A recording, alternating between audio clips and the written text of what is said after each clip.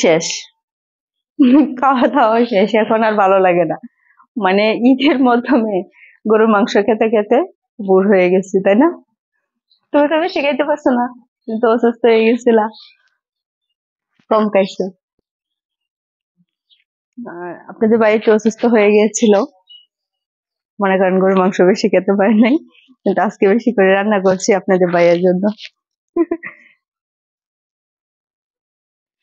আর আজকে ভালোই লাগতেছে, বাড়ি ঘর পরিষ্কার হচ্ছে, আর দেখেন রোদ উঠছে, খুব ভালো লাগতেছে।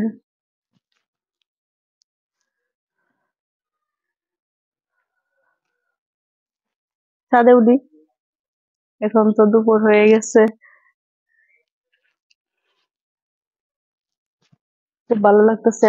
আর আরেকটা আপনাদের সাথে কথা বলতে চাইতেছি, কথাটা হচ্ছে এই কিছুদিনের মাধ্যমে গ্রামে কিন্তু শহর থেকে প্রচুর মানুষ এসেছে, মানে ঈদের ছুটি কাটানোর জন্য। খুব ভালো লাগছে মানে সবাইকে দেখে, কিন্তু নেটে এত প্রবলেম ছিল, এত সমস্যা ছিল, মানে হুম, মানে এত সমস্যা ছিল কি আর বলবো, মানে ভিডিও ছাড়ার কোনো ইয়েও গেছে না, মনে করে খুব কষ্ট হয়েছে ভিডিও ছাড়তে যে।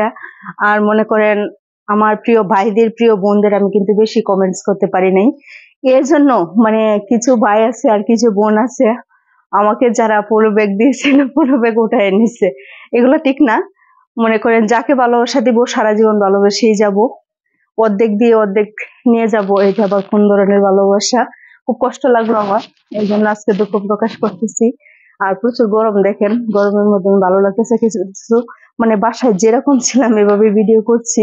আর ঘর বাড়ি পরিষ্কার করা হইতেছে, মনে করেন বাড়ি ঘর পরিষ্কার করা হইতেছে বলতে কেন জানেন, মানে ইদারিং এই যে ঈদের মধ্যে প্রচুর বৃষ্টি হয়েছিল, এই বৃষ্টির মাধ্যমে মানে খুব এলোমেলো ছিল। আপনাদের ভাইয়া পরিষ্কার করতেছে, কাজ করতেছে আজকে, আর আমাদেরকে ক্যামেরা ধরে আছে, কষ্ট হইতেছে তো আজকে বেশি কথা বলতে পারতেছে না।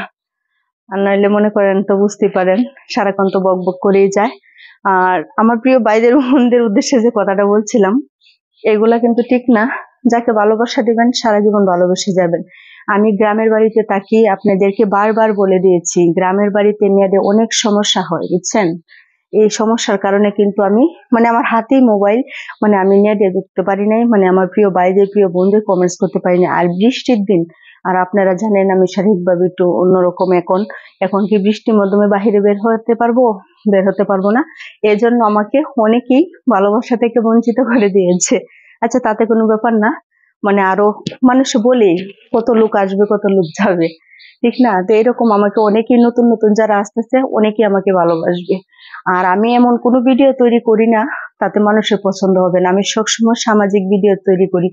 আর এখনকার যুগে সামাজিকতার কোনো বাদ নেই আমি জানি, কিন্তু তারপর আমি অন্য কোনো ভিডিও করব না, এই সামাজিক ভিডিও করে যাবো ইনশাল্লাহ। সবাই ভালো থাকবেন আর সবাই আমার পাশে থাকবেন।